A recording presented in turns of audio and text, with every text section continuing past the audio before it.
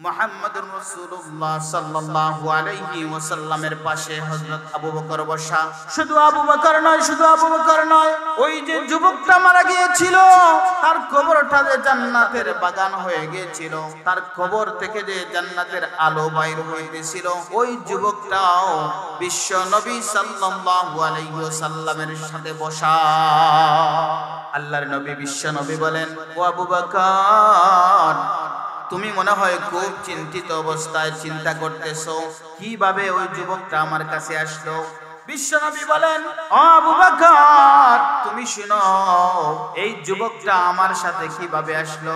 ওই যুবকটা যখন সামান্যতম গুনার কাজ করত, সামান্য গুনাহ যদি ওই যুবকটার মধ্যে হয়ে যেত, তাহলে ওই যুবকটা চোখের পানি ফালায়া আমার কাছে সারা রাত কান্নাকাটি করত।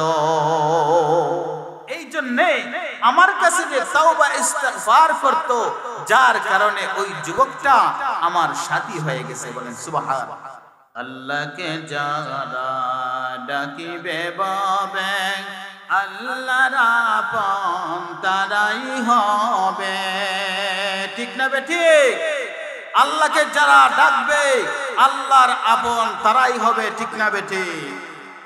আল্লাহকে যারা ডাকিবে বাবে আল্লাহর আপন তারাই হবে। ইহকালে শান্তি পরকালে মুক্তি, ইহকালে শান্তি পরকালে মুক্তি দিবেন তারে আল্লাহ তাআলা। লা ইলাহা ইল্লাল্লাহ, লা ইল্লাল্লাহ, লা ইলাহা ইল্লাল্লাহ, লা ইলাহা, লা ইলাহা ইল্লাল্লাহ মুহাম্মাদুর রাসূলুল্লাহ সাল্লাল্লাহু আলাইহি ওয়াসাল্লাম।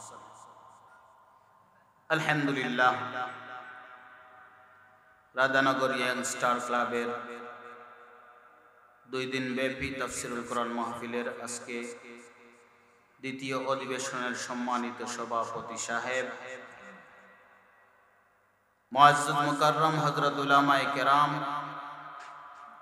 ও দূর দূরান্ত থেকে আগত আমার ইসলাম দরদি মুসলমান ভাইয়েরা, বৃদ্ধ বাবারা, পর্দার অন্তরালের মা ও বোনেরা, মহান আল্লাহ পাক রব্বুল আলামিনের দরবারে অসংখ্য গণিত শুকরিয়া এই জন্যে যে মহান আল্লাহ পাক রব্বুল আলামিন আপনাকে আমাকে আজকের এত বড় একটা রহমতি বরকতি জান্নাতের টুকরা বাগানে কিছু দিনের আলোচনা বলার এবং শোনার মতো তৌফিক দান করেছেন। এজন্য মহান আল্লাহ সুবহানাহু ওয়া তাআলার দরবারে প্রাণ ভরে অন্তর থেকে মনকে উজাড় করে আল্লাহ এবং আল্লাহর রাসূলকে রাজি এবং খুশি করার উদ্দেশ্যে আল্লাহ তাআলার নিয়ামতের শুকরিয়া আদায় করি। সকলেই বলি আলহামদুলিল্লাহ। আল্লাহ পাক রব্বুল আলামিন ওয়াদা করেছেন, আমার বান্দা যখন আমার নিয়ামত পাইয়া নিয়ামতের শুকরিয়া আদায় করবে, আমি আল্লাহ তাআলা তার নিয়ামতকে বেশি করে বাড়ায়। পবিত্র কালামের মধ্যে আল্লাহ তাআলা বলেন, লা ইন শাকারতুম লা আযীদান্নাকুম ওয়া লা ইন কাফারতুম ইন্না আযাবি লাশাদীদ।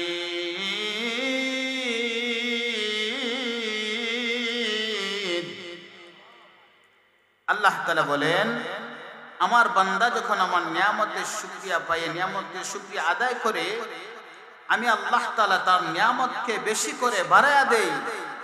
আর নিয়ামত পাইয়া নিয়ামতের শুকরিয়া যদি আদায় করে না, নাশুকরি করে, তাহলে আমি আল্লাহ তাআলার আযাব খুব ভয়াবহ, খুব কঠিন। এজন্য সব সময় আল্লাহ তাআলা যে হালতের মধ্যে রাখছে, যে অবস্থার মধ্যেই রাখছেন, আল্লাহ তাআলার নিয়ামতের শুকরিয়া আদায়। কারণ আপনার আমার চাইতে আরো খারাপ অবস্থায় অনেক মানুষ আছে। আজকে আপনি আমি সুস্থ থাকা অবস্থায় সুস্থ আছি, যার কারণে আমরা আজকের এই দিনের মাহফিলে এসে বসতে পারছি। কিছু আলোচনা বলার মতন তৌফিক আল্লাহ তাআলা দিতেছেন। আপনার আমার মতো অসংখ্য অগণিত মানুষ আজকে এই মুহূর্তে হসপিটালের বেডের মধ্যে পড়ে আছে, বলেন ঠিক কিনা বেঠিক? আপনি আমি কত সুন্দর দিনের আলোচনা করতেছি এবং দিনের আলোচনা শুনতেছি। আল্লাহ তাআলা আপনাকে আমাকে তৌফিক দান করছেন। এজন্যে দিল থেকে অন্তর থেকে আল্লাহ তাআলার নিয়ামতের শুকরিয়া আবার আদায় করি, সকলেই বলি আলহামদুলিল্লাহ। তাহলে আমি আপনাদের সামনে যেই আয়াতখানা তিলাওয়াত করেছি, আল্লাহ তাআলা বলেন, ইয়া আইয়ুহাল্লাযীনা আমানু তুবু ইলাল্লাহি তাওবাতান নাসুহা। আল্লাহ তাআলা বলেন, হে ঈমানদারেরা, আমি আল্লাহ তাআলার কাছে তুমি তওবা করো। বান্দা, তুমি গুনাহ করেছো, পাপ করেছো, আমি আল্লাহ তাআলার কাছে তুমি তওবা করো, ইস্তিগফার করো। আমি আল্লাহ তাআলা তোমার জিন্দেগীর গুনাহ মাফ করব। আমার বন্ধুগণ, সাহাবায়ে কেরাম রাদিয়াল্লাহু তাআলা আনহুদের তওবা কিরকম ছিল? তারা সামান্যতম গুনাহ করলেই মহান আল্লাহ তাআলার কাছে কান্নাকাটি শুরু করে দিতেন, তাওবা ইস্তিগফার শুরু করে দিতেন। যার কারণে মহান আল্লাহ তাআলা বলেন, ওই সাহাবায়ে কেরাম রাদিয়াল্লাহু তাআলা যারা তওবা ইস্তিগফার করে গেছে, তাদের গুনাহ আল্লাহ তাআলা দুনিয়ার মধ্যেই মাফ করে দিয়েছে। কুফা নগরীর একজন যুবক মারা গেছে।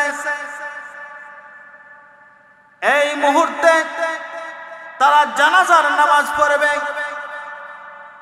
কিন্তু জানাজার নামাজ কে পড়াবে তারা কিন্তু খুঁজে পাইতেছে না। এই মুহূর্তে হযরত আবু বকর রাদিয়াল্লাহু তাআলা আনহু কুফা নগরীর ভিতরে ঢুকে পড়েছেন। কুফা নগরবাসী সবাই বলতে লাগলো, ও আবু বকর, যেহেতু আপনি এই মুহূর্তে কুফা নগরের ভিতরে প্রবেশ করেছেন, ও আবু বকর, আপনি মেহেরবানি করে এই যুবকের জানাজার নামাজটা পড়াইয়া দেন। হযরত আবু বকর রাদিয়াল্লাহু তাআলা আনহু এই যুবকের জানাজার নামাজ পড়াইলেন। জানাজার নামাজ পড়ানোর পরে কিছুক্ষণ পরেই যখন লাশটাকে উঠানো হলো, খাদের মধ্যে নিয়ে কবরের মধ্যে নিয়ে যাওয়া হলো, কবরের সামনে নিয়ে যাওয়া হলো। কবরের সামনে নিয়ে যখন কবরের মধ্যে রাখবে, তখন আমরা একটা দোয়া পড়ি, মিনহা খালাকনাকুম ওয়া ফিহা নুঈদুকুম ওয়া মিনহা নুখরিজুকুম তারাতান উখরা। এই বলে যখন কবরের মধ্যে রাখলেন, কবরের মধ্যে যখন এই বান্দাটাকে দাফন করা হলো, কিছুক্ষণ পরেই একজন মহিলা হযরত আবু বকর রাদিয়াল্লাহু তাআলা আনহুর কাছে আসলেন। আয়েশা হাওমাও করে কান্নাকাটি শুরু করে দিয়েছেন।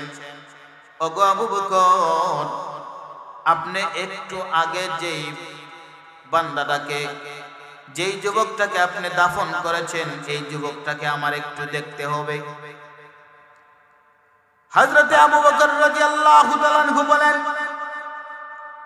মহিলা, একটু আগে এই বান্দাটাকে দাফন করা হয়েছে, কিন্তু এই বান্দাটাকে তো এই মুহূর্তে, এই যুবকটাকে তো কবর থেকে তোলা যাবে না, কবর থেকে উঠানো যাবে না।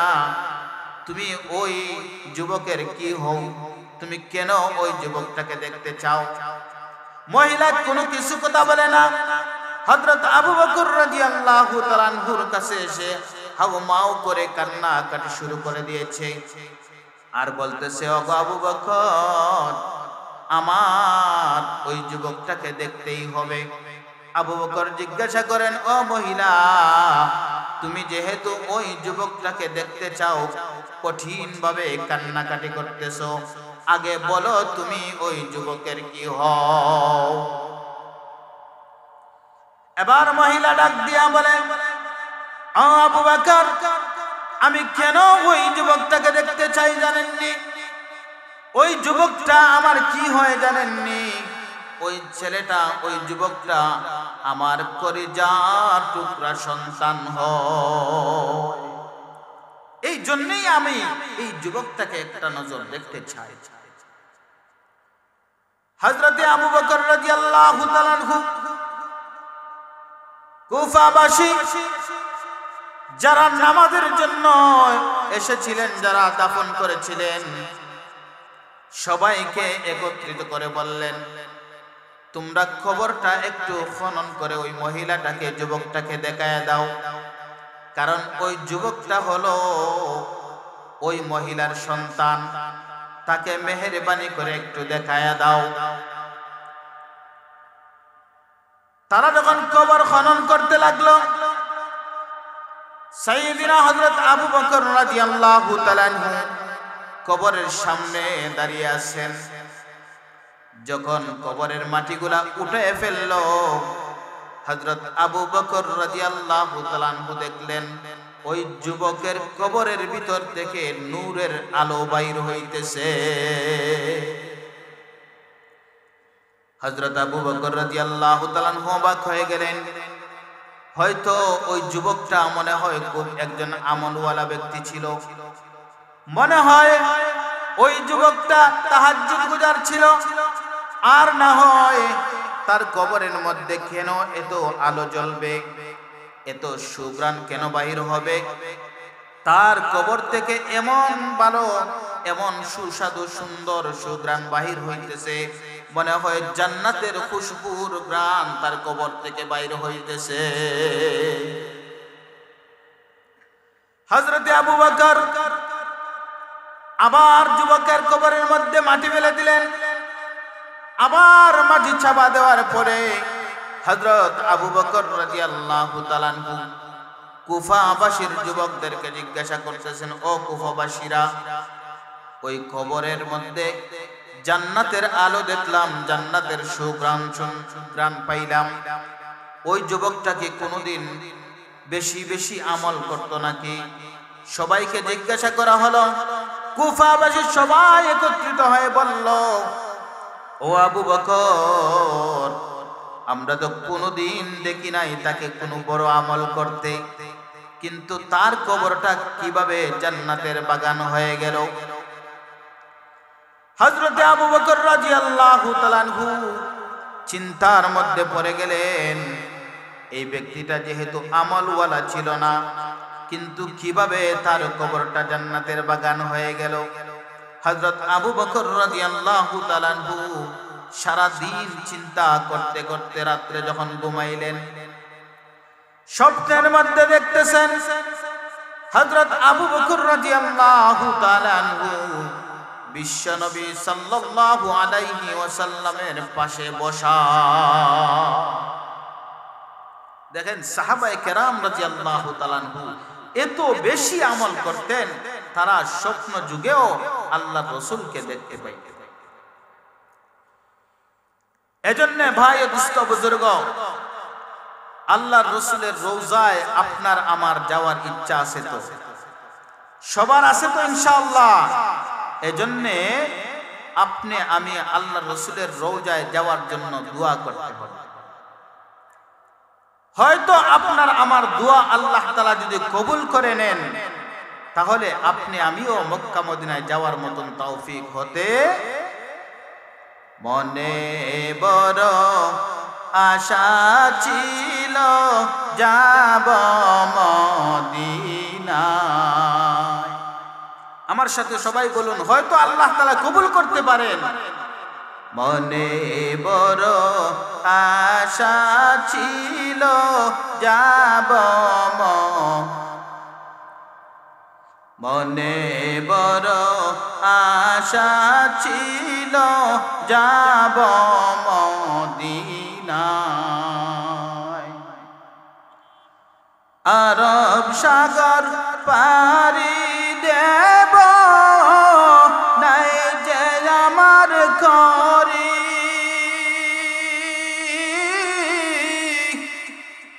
পাখি নয় যে উড়ে যাব, ডানাতে বর করি। আরব সাগর পারি দেব, নাই যে আমার করি, পাখি নয় যে উড়ে যাব, ডানাতে বর করি। আশায় আছে সম্বল নাই, আশায় আছে সম্বল নাই, করি কি উপায়। মনে বড় আশা ছিল যাব মদিনায়। ঠিক না বেটি?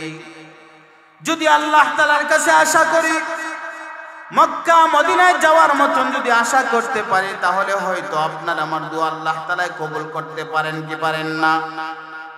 কিন্তু হযরত আবু বকর রাদিয়াল্লাহু তাআলা আনহু স্বপ্নের মধ্যে দেখতেছেন মুহাম্মদুর রাসূলুল্লাহ সাল্লাল্লাহু আলাইহি ওয়াসাল্লামের পাশে হযরত আবু বকর বসা।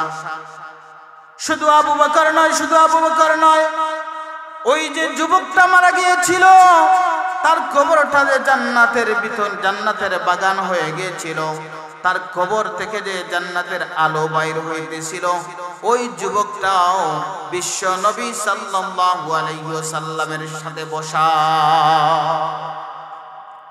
আল্লাহর নবী বিশ্ব নবী বলেন, ও আবু বকর, তুমি মনে হয় খুব চিন্তিত অবস্থায় চিন্তা করতেছো, কিভাবে ওই যুবকটা আমার কাছে আসলো।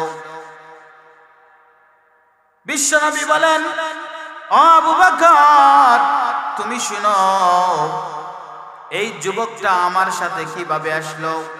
ওই যুবকটা যখন সামান্যতম গুনার কাজ করত, সামান্য গুনাহ যদি ওই যুবকটার মধ্যে হয়ে যেত, তাহলে ওই যুবকটা চোখের পানি ফালায়া ফালায়া আমার কাছে সারা রাত কান্নাকাটি করত। এই জন্যে আমার কাছে যে তাওবা ইস্তিগফার করত, যার কারণে ওই যুবকটা আমার সাথী হয়ে গেছে। বলেন সুবহানাল্লাহ। এজন্যে আল্লাহ তাআলা বলেন, ইয়া আইয়ুহাল্লাযীনা আমানু তুবু ইলাল্লাহি তাওবাতান নাসুহা, হে ঈমানদারেরা আমার কাছে তওবা করো, তওবার মতন তওবা করো। যদি তুমি খাঁটি ভাবে খালিস নিয়তে তুমি তওবা করতে পারো, তাহলে আমি আল্লাহ তাআলা তোমার জিন্দেগীর গুনাহ মাফ করে দিয়া আমি তোমার নামটা জান্নাতীদের খাতার মধ্যে লিখে দেব। আমার ভাইরা, সাহাবায়ে কেরাম রাদিয়াল্লাহু তাআলা আনহু কি রকম ভাবে আল্লাহর কাছে তওবা ইস্তিগফার করতেন, সংক্ষেপে একটা ঘটনা বলে আমি আমার ঘটনা শেষ করে ফেলব। মদিনার একজন সাহাবী, যার নাম ছিল সালাবাতুল আনসারী রাদিয়াল্লাহু তাআলা আনহু, মক্কার একজন সাহাবী, ওনার নাম ছিল সাঈদ ইবনে আব্দুর রহমান। আল্লাহর নবী, বিশ্ব নবী, রাহমাতুল লিল আলামিন নবী, ওই দুইজন সাহাবীকে ভাই ভাই বানিয়ে দিয়েছিলেন। সাঈদ ইবনে আব্দুর রহমান বলেন, আসসালামা, আমি বিশ্ব নবী সাল্লাল্লাহু আলাইহি ওয়াসাল্লামের সঙ্গে যুদ্ধের ময়দানে চলে যাব, তুমি আমার ফ্যামিলিটাকে একটু দেখশন করে রাখবা, আমার ফ্যামিলিটা খুব পর্দাশীল, আমার ফ্যামিলির মধ্যে কখন কি লাগবে তুমি একটু দেখশন করে রাখবা। হযরত সাইলাবাতুল আনসারী রাদিয়াল্লাহু তাআলা বলেন, ও সাঈদ, তুমি যুদ্ধের ময়দানে চলে যাও, তুমি কোনো চিন্তা করো না।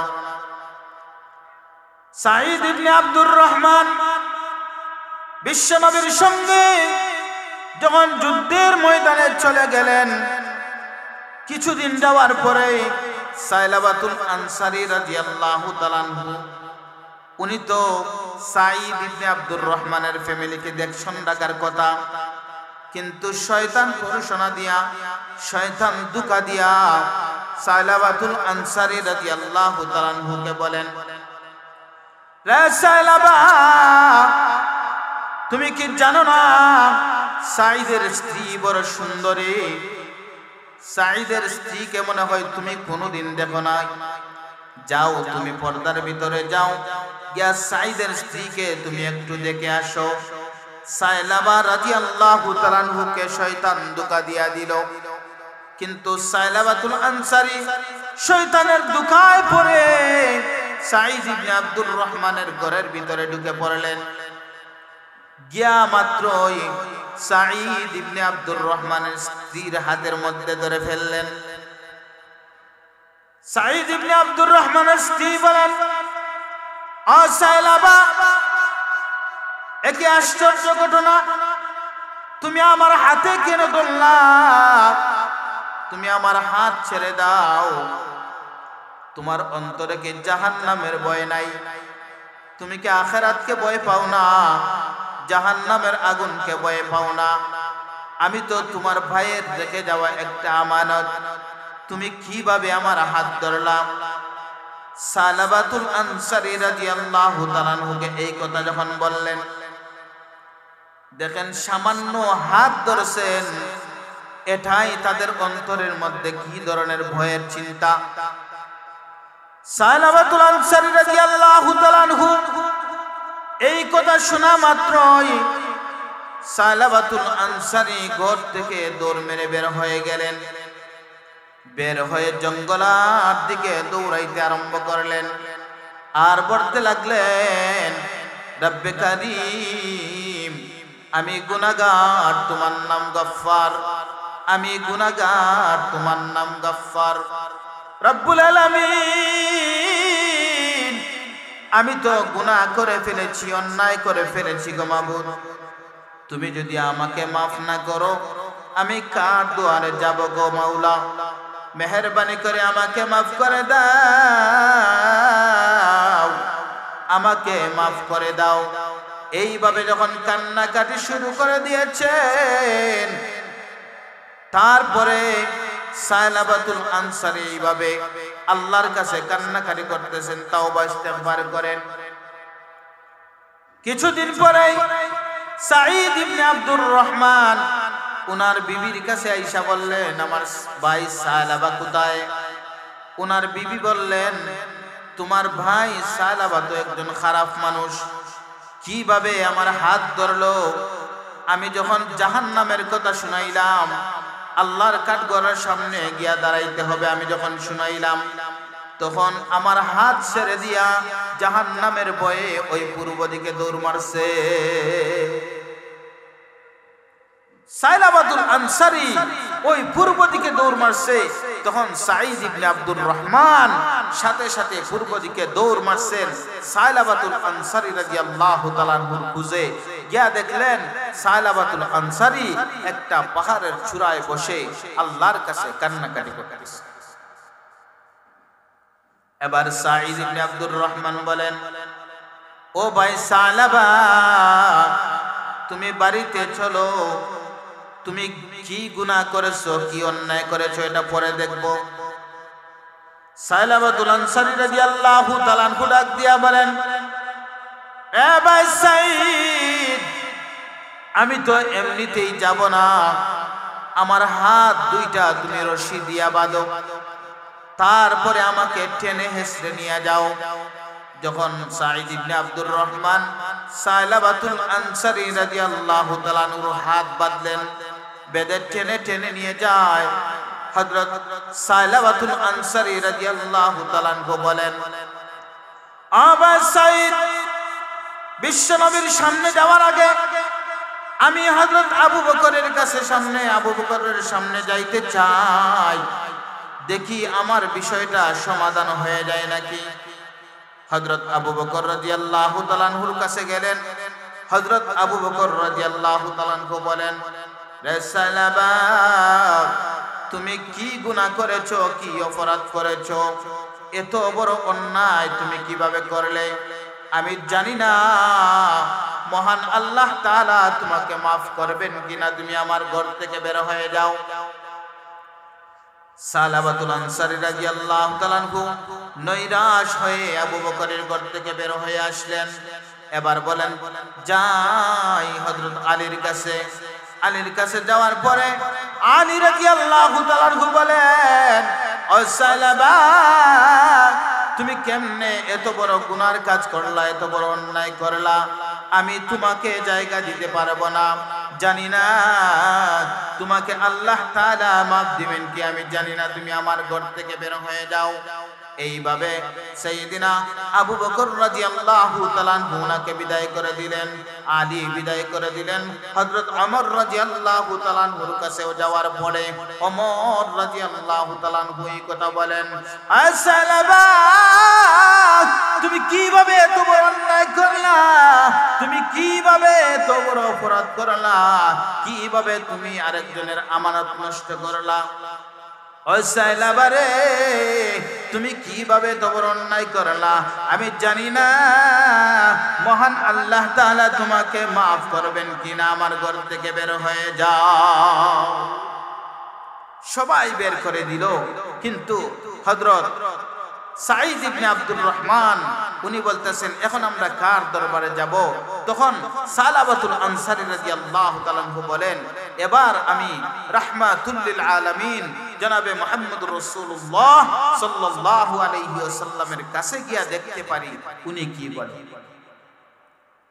এবার সালাবাতুল আনসারী রাদিয়াল্লাহু তাআলা আনহু বিশ্ব নবীর কাছে গেলেন। ইয়া রাসূলুল্লাহ, ইয়া হাবিবাল্লাহ, আমি তো অন্যায় করে ফেলেছি, অপরাধ করে ফেলেছি। ওগো আল্লাহর নবী, মেহেরবানি করে আমাকে মাফ করা যায় না নি? আল্লাহর নবী ডাক দিয়ে বলেন, সায়লাবা, তুমি কিভাবে এত বড় অন্যায় করলা? কিভাবে তুমি এত বড় অপরাধ করলা? আমি জানি না আল্লাহ তাআলা তোমাকে মাফ করবেন কিনা, তুমি আমার ঘর থেকে বের হয়ে যাও। এবার সায়লাবাতুল আনসারী রাদিয়াল্লাহু তাআলা আনহু নৈরাশ হয়ে গেলেন। বিশ্বনবী আমাকে বিদায় করে দিলেন, আবু বকর বিদায় করে দিলেন, ওমর বিদায় করে দিলেন, আলী বিদায় করে দিলেন। এ সাইদ ইবনে আব্দুর রহমান, আমার রশিটা ছেড়ে দে, আমি এবার আর মদিনার জমিনে থাকতে চাই না। রশিটা ছেড়ে দেওয়া হলো। বিশ্বনবী রাহমাতুল লিল আলামিন বিদায় করে দিলেন। এবার সায়লাবাতুল আনসারী রাদিয়াল্লাহু তাআলা আনহু জঙ্গলের দিকে দৌড়ায় আর বলে, আমি গুনাহগার, তোমার নাম গফফার। রব্বুল আলামিন, আমি গুনাহগার, তোমার নাম গফফার। এইভাবে যখন কান্নাকাটি শুরু করে দিয়েছে, জঙ্গলের ভিতরে গিয়ে আল্লাহর কাছে কান্দে আর বলে, আল্লাহ, তুমি যদি মাফ না করো আমি কার দরবারে যাব? আমি কার দরবারে যাব? এই মুহূর্তে হযরত জিবরাইল আলাইহিস সালাতু ওয়াস সালাম এসে আল্লাহর নবীকে বলতেছেন, ইয়া রাসূলুল্লাহ, ইয়া হাবিবাল্লাহ, আপনি বলেন এই জমিনটা কার? উনি বললেন, আল্লাহর। এই দুনিয়া কে সৃষ্টি করেছে? আল্লাহ সৃষ্টি করেছে। তাহলে আপনার কাছে যে সায়লাবাতুল আনসারী রাদিয়াল্লাহু তাআলা এসেছিলেন, তাহলে আপনি তাকে কেন বিদায় দিলেন?